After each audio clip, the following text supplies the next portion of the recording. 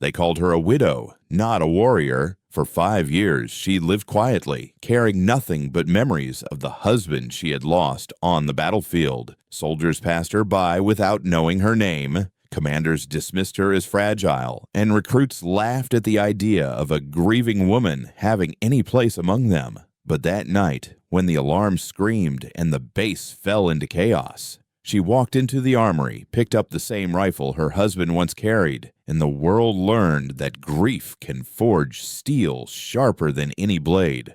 5 years ago, Afghanistan. The rain had not stopped for 3 days. It drummed against the tin roof of the small cabin like a war that refused to end. Alara Vega sat at the wooden table, hands folded around a photograph so worn the edges had curled. The picture showed a younger version of herself beside Captain Darren Vega, her husband, his arms slung proudly around her shoulders. His smile was the kind that made recruits believe in victory. But Captain Vega had not come home. The army had sent a folded flag and words that felt like stones in her hands. He died with honor. He fought bravely. We will never forget his sacrifice. Yet in the years that followed, she discovered how quickly names fade on walls, how quickly the living move on. She was left with silence, and silence has weight. Now, forward operating base. Steel. Most women in Alara's position would have chosen distance, moving far from barracks and bases to avoid the echo of boots and gunfire. But Alara did the opposite. She remained close, working as a civilian quartermaster at Forward Operating Base Steel. Her role was menial. Track supplies, stamp requisitions, deliver boxes. The soldiers called her the widow, often not even using her name. Some meant it with pity, others with mockery. Alara never corrected them. What they didn't know was that Darren's rifle, his old service-issued M110, scratched and weathered, still lay hidden in a case beneath her floorboards. She had cleaned it once a week for 5 years, as carefully as if he might walk through the door tomorrow and demand it for inspection. Her hands knew its weight.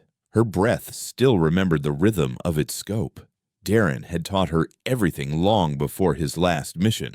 Back then, she'd thought of it as sharing his world. Now she understood. He had been preparing her for something unseen. That night, 2117, at FOB Steel, technology had transformed soldiers into operators with screens strapped to their eyes, sensors tracking every gust of wind and every tremor in the ground. Veterans whispered that instinct had been replaced with algorithms and courage with comfort. Alara watched the new generation of soldiers polish their exosuits and check their digital rifles, all while laughing at her as she carried crates past them.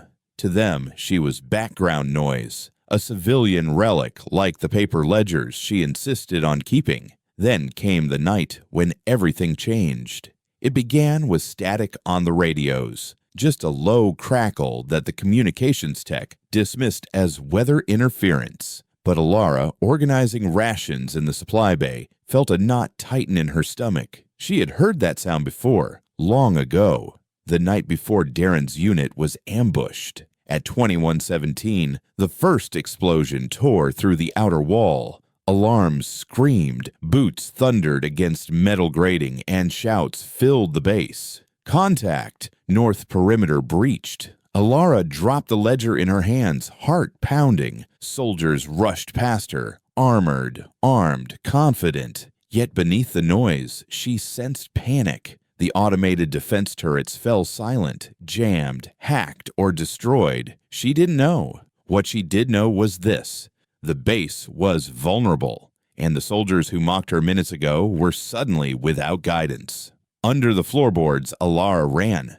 Her heart was hammering, but it was too late to wait for orders. Orders had already failed her once, on the day Darren never came back. She sprinted to her cabin, ripped up the floorboards. The rifle case gleamed faintly in the lantern light. For years, she had kept it like a shrine, untouchable. Tonight, it was something else entirely. Her hands trembled only for a moment as she opened the clasps. The rifle was there, clean, ready, as if Darren himself had prepared it for her. She whispered his name once like a prayer and slung the rifle over her shoulder. In the chaos, by the time she returned to the armory, soldiers were scattering in disarray, shouting over dead comms, clutching weapons they didn't know how to use without their targeting systems. A group of recruits gawked as she walked past them, her ponytail damp with rain, the long rifle steady in her grip. "Look at that. Grandma's got a museum piece," one of them sneered, forcing a laugh that sounded too high for courage. "Don't tell me she's coming to save us with that antique," another scoffed. Alara said nothing. She walked past their jeers, each step deliberate. The laughter followed her only for a few seconds, until the first distant crack of enemy rifles echoed from the north ridge. Then silence followed her instead. The watchtower. She climbed the watchtower ladder 2 rungs at a time. From the platform, the valley spread before her, fire lighting the ridgelines, shadows moving like wolves at the perimeter. She set the rifle on its bipod, adjusted the scope, and let the chaos fade until all that remained was breath. Inhale, exhale. Darren's voice lived in the rhythm. She marked the first target, an enemy cutting wires at the outer defense grid. Distance, 800 meters. The recruits had been right about one thing. The rifle was old, but old steel doesn't lie. The trigger broke like a whispered word, and the enemy dropped. The next 2 went down before the soldiers below even realized who was firing. The base that moments ago was in chaos turned to look at the tower. A widow stood there with her husband's rifle, and for the first time, the recruits stopped laughing. Through the night, Alara reloaded calmly, the rain streaking down her cheek like war paint. The night had given her no choice, but the choice no longer frightened her. The widow of war was no longer just surviving. She was fighting. The night air was heavy with smoke and rain. Below the watchtower, soldiers scrambled between bunkers and barricades, shouting over each other in panic. The advanced targeting systems on their rifles flickered uselessly, their helmet displays dark, without guidance from satellites or digital overlays. They were blind, but from the top of the tower, Alara saw everything. Through the scope of her husband's rifle, the battlefield unfolded in sharp detail. Fire glared from the breached north wall. Silhouettes moved fast and low across the mud, exploiting every blind spot the base's technology should have covered. "What do you think you're doing?" Colonel Reese's voice bellowed up from the ground. He was drenched, red-faced, gripping his sidearm like it was a lifeline.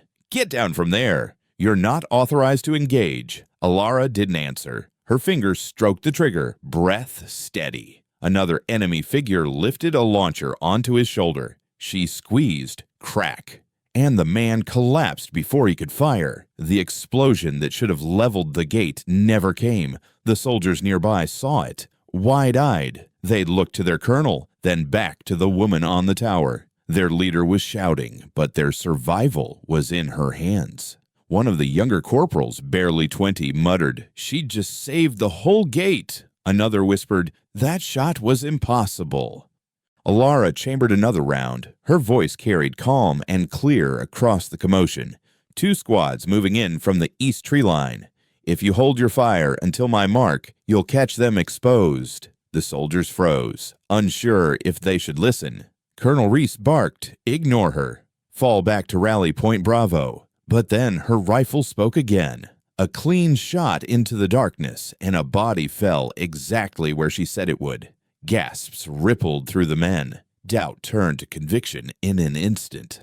"Follow her mark," one of them shouted. Reluctantly, the colonel gave no counterorder. In that vacuum, Alara's voice became command. "Now fire!" she snapped. Dozens of rifles erupted in unison, bullets cutting down the exposed squad charging from the tree line. Mud splashed, screams echoed, then silence fell again. For the first time that night, the soldiers weren't running. They were standing their ground. Hours blurred into minutes, and minutes into heartbeats. Alara's presence became the anchor of the battle. She guided units like she'd been born for it, calling angles, predicting enemy maneuvers, teaching young recruits how to fight without the crutch of their machines. "Watch the wind," she told one private, trembling behind sandbags. She adjusted his barrel with her hand. "Don't trust the screen. Trust what you see. Trust your breath." When his bullet struck true, the private's disbelief turned to awe. He looked at her as if she had rewritten the laws of war. By 2 o'clock, the rain had slowed to a drizzle, but the enemy's fury had not. Mortars rained from the ridgeline, shaking the ground. The barracks collapsed in flames. Amid the chaos, Alara climbed down from her tower and strode through the mud, rifle in hand, calm where everyone else was chaos. "Colonel," she said firmly, approaching Reese, "you've lost comms. You've lost your tech, but you haven't lost your men. Let me lead the marks. You hold the line." The colonel's jaw tightened. Pride and desperation fought a silent war across his face. Finally, he nodded once. "You get one chance, widow. Don't waste it."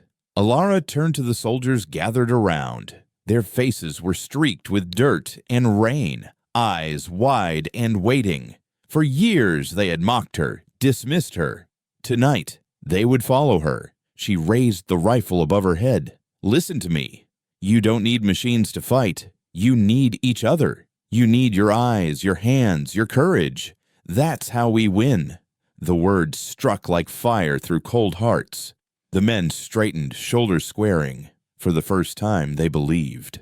The next assault came harder than any before. Enemy vehicles tore across the field, mounted guns blazing. Soldiers ducked, shielding themselves from the storm of fire. Alara stood tall in the open, wind whipping her soaked hair across her face. She dropped to one knee, steadied her rifle, and exhaled. The world narrowed to the hum of her pulse, the line of her scope, and the roar of the storm. Crack! The driver of the lead vehicle slumped, the machine veering into the mud. Soldiers cheered, voices raw with adrenaline. Crack! Crack! 2 more gunners fell. Chaos rippled through the enemy lines. Behind her, a private shouted, "She's breaking them!" Another yelled, "Stay with the widow!" The name spread like wildfire. The widow of war. No longer a ghost of grief, but a force living in flesh and bone before them. By dawn, the base still stood, and the enemy had retreated. Colonel Reese stepped forward, raised his hand in a sharp salute, and said, "Staff Sergeant Alara, tonight you carried this base." She returned the salute, her heart whispering Darren's name. Months later, she would train young soldiers, teaching them that courage isn't downloaded, it's lived. The same recruit who once mocked her rifle approached with trembling voice. "Will you forgive us?" She smiled gently. "You hadn't seen truth yet. Now carry it forward." The widow of war was no longer a ghost of the past, but a guardian of the future, proving that true strength lies not in machines, but in people willing to stand when everyone else runs. From which city in the world are you watching this video today? If this story inspired you, don't forget to like and subscribe for more tales of hidden courage and unbreakable spirit.